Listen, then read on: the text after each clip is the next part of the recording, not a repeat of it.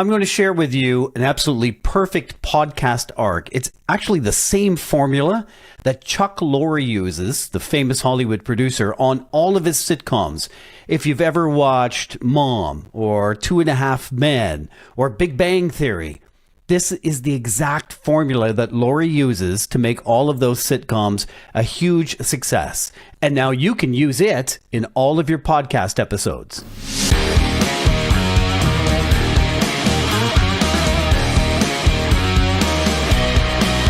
There are three really important segments to a podcast episode. Number one, actually one of the most important things, is the narrative. What's this episode about? And underneath the narrative, you're going to have three supporting chapters. So if you have a 30-minute episode, you might spend all of 20 or 30 seconds outlining the narrative. That could be a pain point that a lot of your clients have, or that you have, that you want to talk about, or a societal ill that you think you can talk about on your podcast episode. And then the three chapters just keep you in line for how you're going to present this material. And you do this whether it's a solo episode or if you're doing an interview. So let's say we're going to do an episode about Little Red Riding Hood, and I were to say we're going to dig into the deeper layers of this classic tale, little known aspects of the story, looking at the cultural history and significance. Who originally wrote it? Actually, it wasn't the Brothers Grimm. They were a part of it, but they weren't the full story. And we're going to walk you through what the original lessons were supposed to be from Little Red Riding Hood. That's your narrative. Okay, chapter one. We're going to talk about the origins, the synopsis, digging into the historical roots of Little Red Riding Hood, tracing it back to European folklore, the cultural and historical context in which the story was created, the differences between Charles Perrault's 1697 rendition and the later 1812 rendition from the Brothers Grimm. Charles Perrault first formulated this story more than a century before the Brothers Grimm. And thirdly, the moral lessons intended by the original author. That's chapter one. So digging into chapter two, the adaptations and interpretations of this story.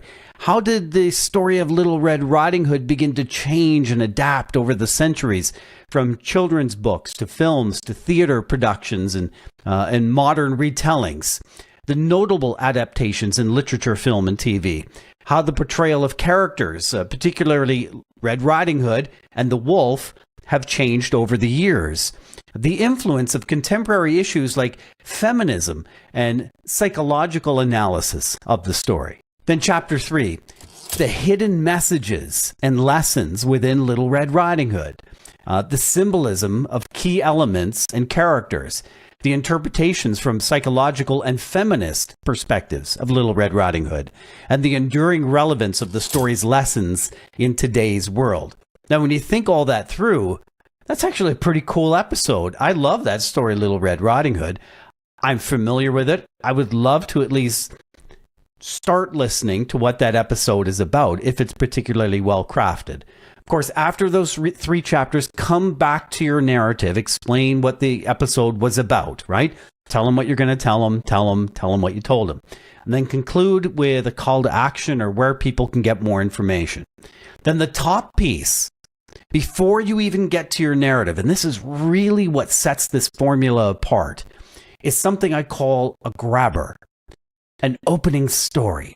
It could be a particular write-up that one author at one point in time had about Little Red Riding Hood. I know I've read one that takes the perspective of the wolf, and how dare the woodchopper just kill the wolf when the wolf is just doing what comes naturally. And this article actually wrote about urban encroachment. Wasn't Little Red Riding Hood simply encroaching on the wolf's natural habitat area? Begin with an opening grabber like that, and then get to your narrative. That's a killer podcast arc. It would take more time to put your episodes together. You'd really have to think it through, but it prevents you from just presenting information all at once and creates more of a story arc that people absolutely love. Thank you for checking out this YouTube post. I hope your podcast is going great. We would love it if you would subscribe and leave a comment down below. Happy podcasting.